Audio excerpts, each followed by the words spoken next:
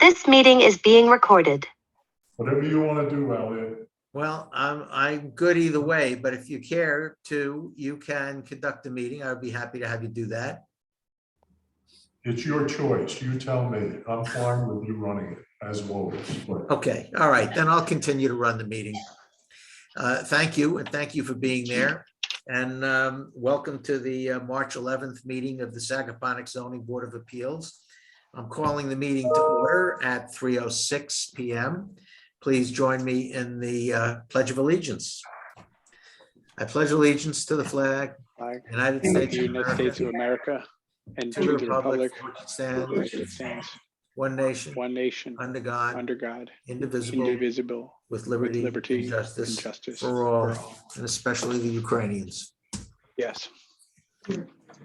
Okay, so the next item of business is the approval of the minutes of, and we have 2 months because we didn't approve them last month. We weren't finished reviewing them. So I hear a motion. I'll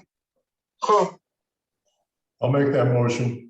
Okay, so we'll take them one at a time. I'll take a motion to approve the minutes of the January 14th meeting.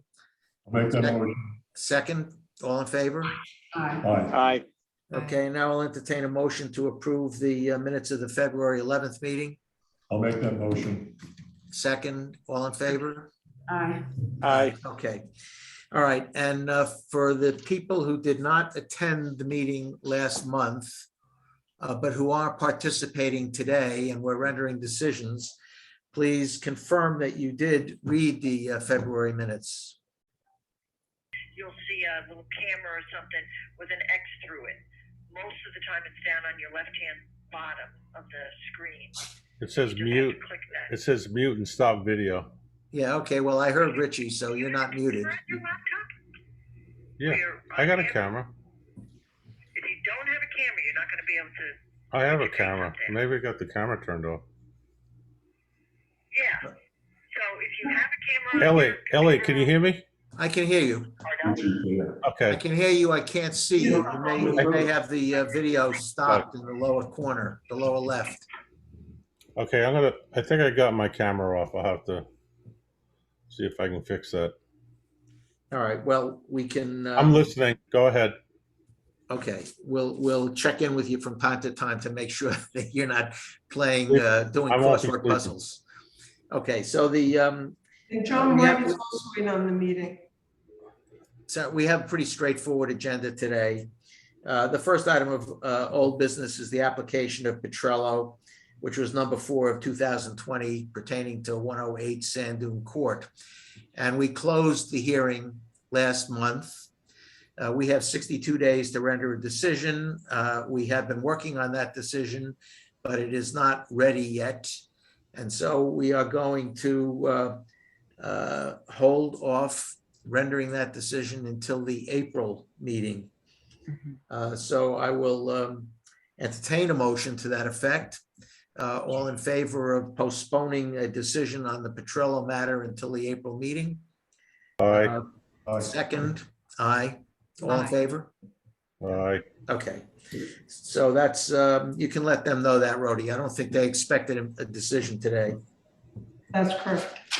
Okay, so the second item of business is the rendering of a decision pertaining to 1145 SM LLC.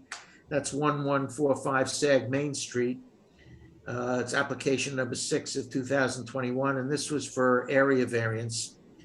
The principal one, of course, that we were concerned about is they want to raise the structure to a maximum height of 51 feet in order to protect the property, which is on the shoreline, and be in compliance with FEMA regulations, which require, I think it was a 17-foot height plus 2-foot freeboard for the Limwa line. There was considerable discussion over this matter, and the board was inclined to grant the variance, but subject to certain conditions. The most important one was we do not want to set any precedent for structures by the beach at this very high elevation. There are unique circumstances. The owner of the property wants to preserve the existing house, and even though they are not currently required by FEMA to raise the house because it is grandfathered, they're new owners. They wish to protect the house. We did not want to impair their ability to do that, but we don't want to create an environment favorable to that being repeated. Accordingly, it is intended that it be a condition of granting this variance that if any substantial modifications are made to the house, if it's modified, expanded, altered, if it burned down and had to be replaced, if the aggregate alterations exceed 25% of the size of the existing structure, it would then be deemed a new structure and have to comply with the current zoning code. And That's- Elliot, can I stop you? Yeah. I don't see where the covenant is correct yet. So I don't see where there's anything here that I wish to vote on. If you Well, want. okay, so we're going to talk about that. Yeah. We're going to talk about that. I'm just laying out the background at the moment. Right. I think we're all in agreement that we would like to grant the variance for this owner, for this house. But You're we are quite, incorrect. excuse me? I have no intention of granting this personally. Okay, I'm not convinced. all right, well, we're going to vote. We're going to vote Okay, both. right. Well, maybe I misstated it. I didn't mean that we're all in favor of granting the variance. What I mean is that there are members on the board who are in favor of granting the variance, but only if there are serious restrictions so that it can't be expanded upon. I'm not aware of whether there are just you or more than you who are opposed to granting the variance at all, and we will discuss that. We have a draft of a proposed decision. Bill, the decision itself didn't go into the details of what the restrictions would be. It refers to them. But there's a separate document, which is a declaration of covenants, which would have to be recorded, which would accompany the granting of the variance. And that does spell out what I was just talking about. Now, unfortunately, we didn't get the proposed decision language until a short time ago. If we can massage that language into something that we're all comfortable with and vote on it, whether yay or nay, then we can do that today.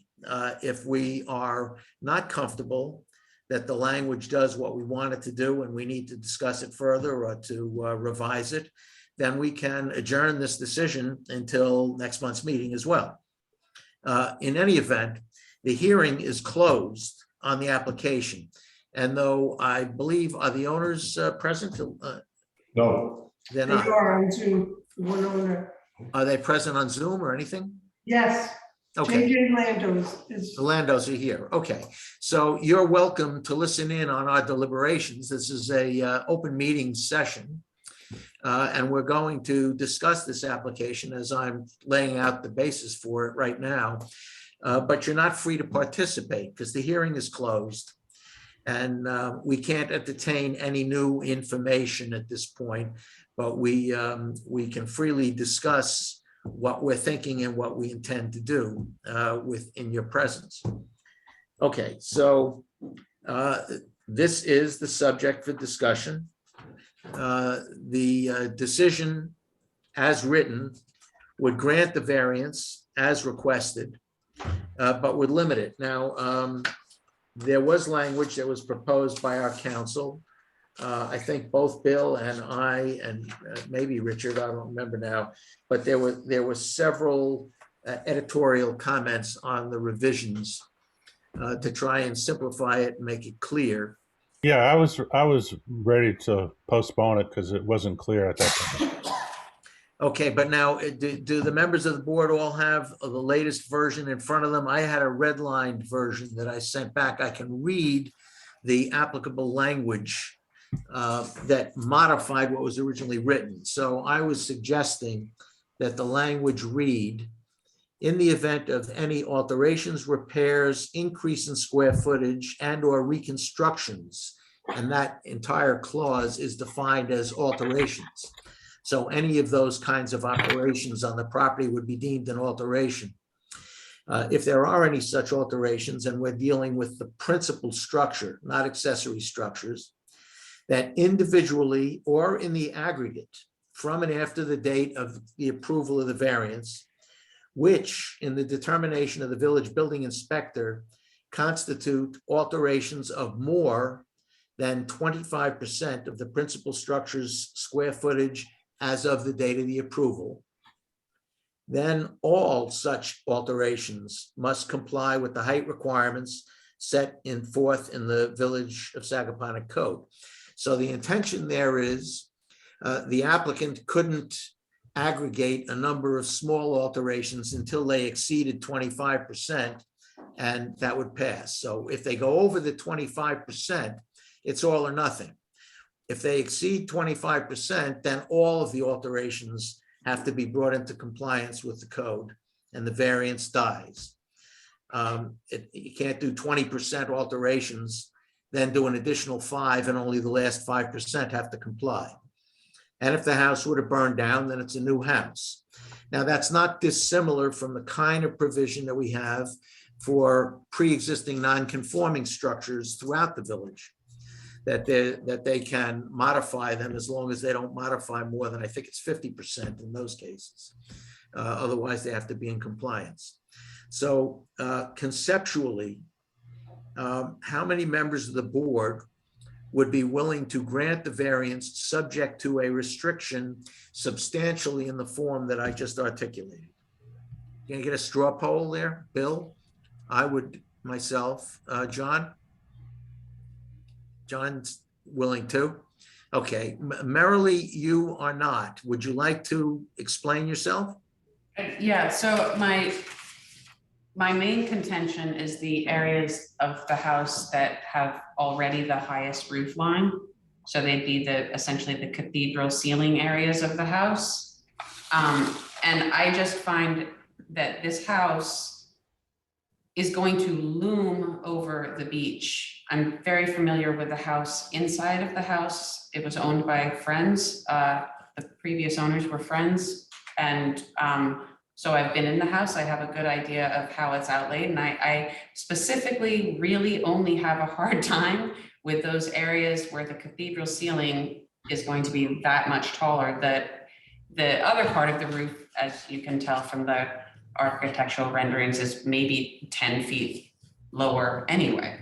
So I do have a hard time with it, especially since I know, I just feel that this house, given that it is already bigger than what Sagaponack would permit, and now we're letting it go already higher than what Sagaponack would permit, in order to, in theory, comply with FEMA, though they are not actually being asked to comply with FEMA because of it being grandfathered. I'm guessing there's probably other factors here that I don't understand that probably have to do with insurance and things like that. But I just really have a problem with the mass of this house, which will now be that much more massive. That's pretty much that. And I feel, especially since we are right in the neighborhood of another house that is saying this is exactly the kind of precedent that makes his house acceptable in the neighborhood.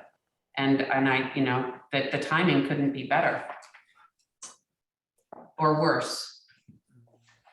All right, And well, I share your concerns about the house looming, and I also commented, and you may or may not have seen it because it came somewhat late, on language that was in the decision as well as the language that's in the covenants.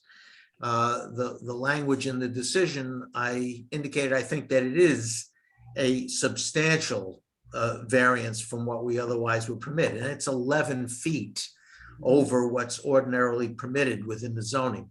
So, and again, regardless of what percentage that exceeds it by, that is a massive increase over the permissible height.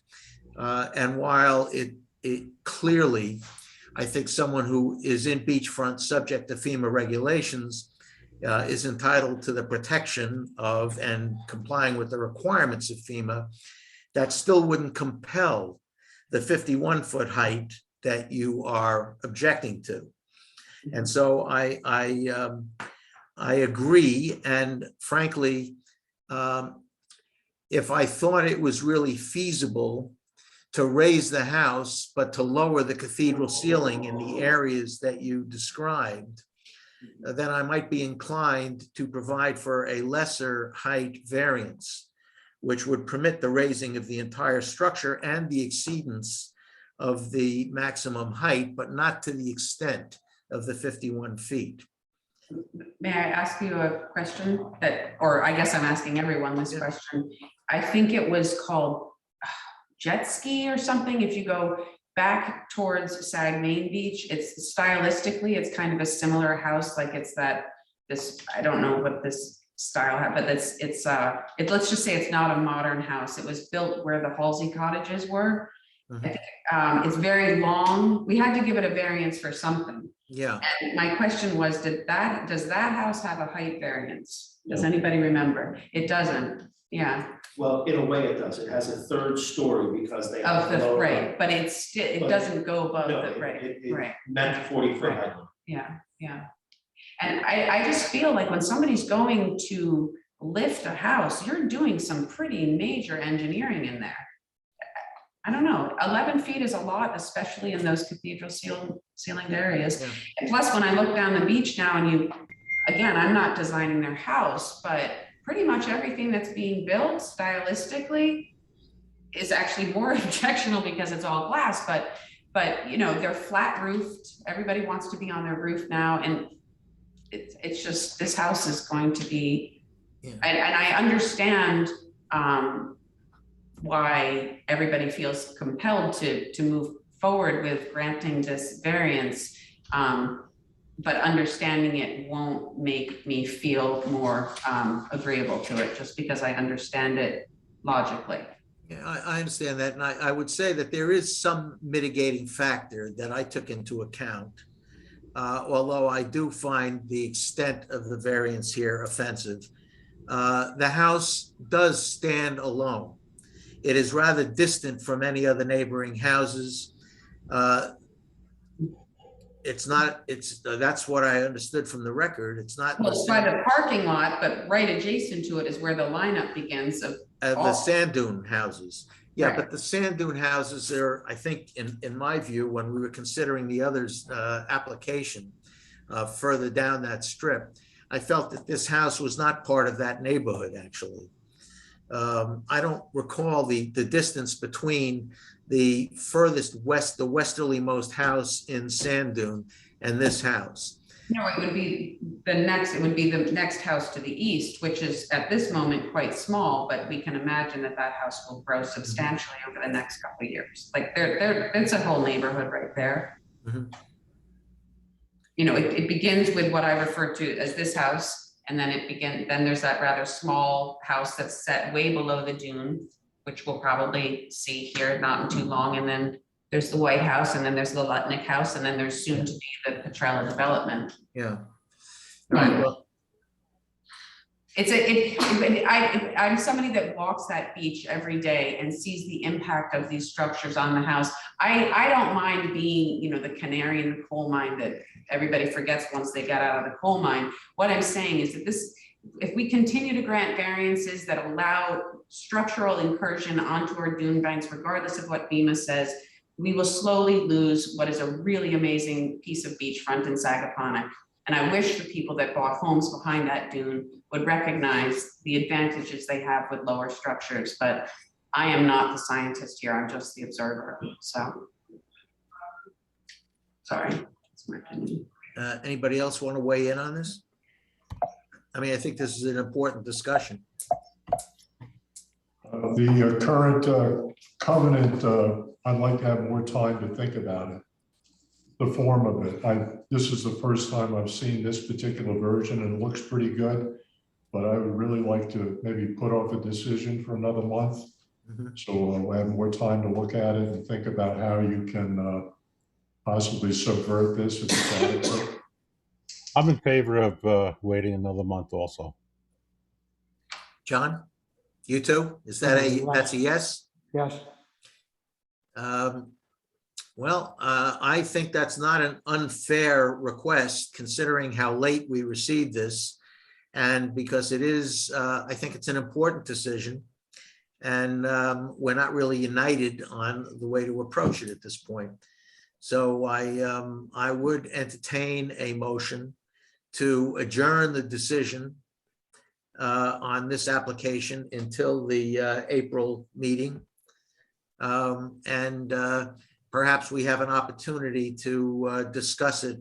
We can still discuss it further today, but we may want to be prepared to have a further discussion either at the April meeting or before then, which I guess if we're having a meeting would have to be an open meeting so that we can, explore these issues.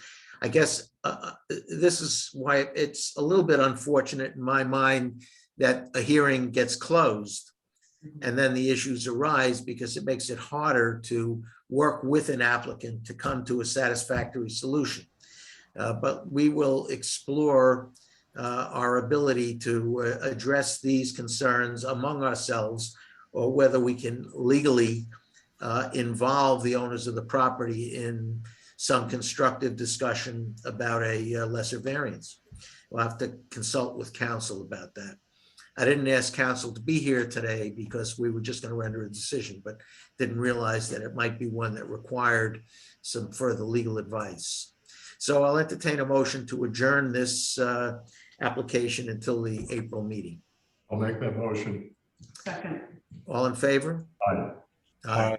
Okay, so the Landos are in the room figuratively, as I am by Zoom. Sorry, we can't give you a decision today, but we will diligently seek to get this thing resolved for you. And David, I see that you're here and muted. So same to you. Okay, I'm going to move on to the next item of old business, which is the application of BLT SAG LLC. It's number 1 of 2022, and it's for 175 Wainscott Harbor Road. And this one relates to the applicant's request for parking in the front yard and to have air conditioning units encroach slightly in the side yard.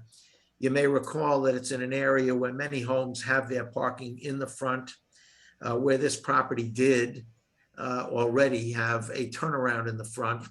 It's a long, narrow parcel where it would be difficult to drive in, not turn around in the front of the house, but go all the way to the back.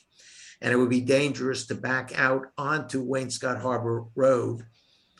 The applicant also acknowledged that she didn't realize that air conditioning units constituted structures. There is a narrow side lot where they could be placed, and though they encroach a few feet, the only other legal location that would make sense would be at the back of the house, and it would have to be on the opposite side of an exterior stairway to the basement, rendering it further from the house and certainly less efficient from an energy point of view. So we have a decision which would grant the requested variance for the small encroachment of the air conditioning units into the southerly side lot and for the parking spaces in the front to allow a turnaround. Do I hear a motion to accept that application, or do you want any discussion of that first? So moved. Second. All in favor? Aye. Aye. Okay, so that variance has been granted. There are no items of new business, so we are formally done with the items before us for this meeting. Does anyone wish to continue the discussion at this time on the 1145 application, or do you want an opportunity to review the proposed documents, decision and declarations, and think about it further before doing that? I need a little more time to review it. Okay. Any questions before we adjourn? I need more time too. Okay. I'm still having a problem with my video. Okay, so we have passed that motion to adjourn both the Petrillo decision and the 1145 decisions to the April meeting. We have rendered the decision, which you'll deliver, Pat, to the applicants on the 175 Wayne Scott. And I'll entertain a motion to adjourn the meeting. So moved. Second, Second. all in favor? Aye. Aye. Well, thank you very much. And we will be in touch at some point next week or the week after to determine the logistics for getting a better handle on this open application and deciding what to do about it. Thank you, Elliot. Okay, thank you. Thank you. Thank you. Bye. Hi, everybody. Are you on Zoom because you broke your leg skiing? Ooh. Not me. I'm going skiing in April, Oh. but it's nice and warm out. That's the one that's the best snow anyway. Yeah, I'm going to Montana to Big Sky. Oh, yeah, nice. They have better snow in April than they have in February. Yeah, they just got dumped on again. Yeah. All right. All right. Everybody's having such a good time. No one wants to leave. No, no. I'm leaving. Okay. Goodbye. Thanks. Show.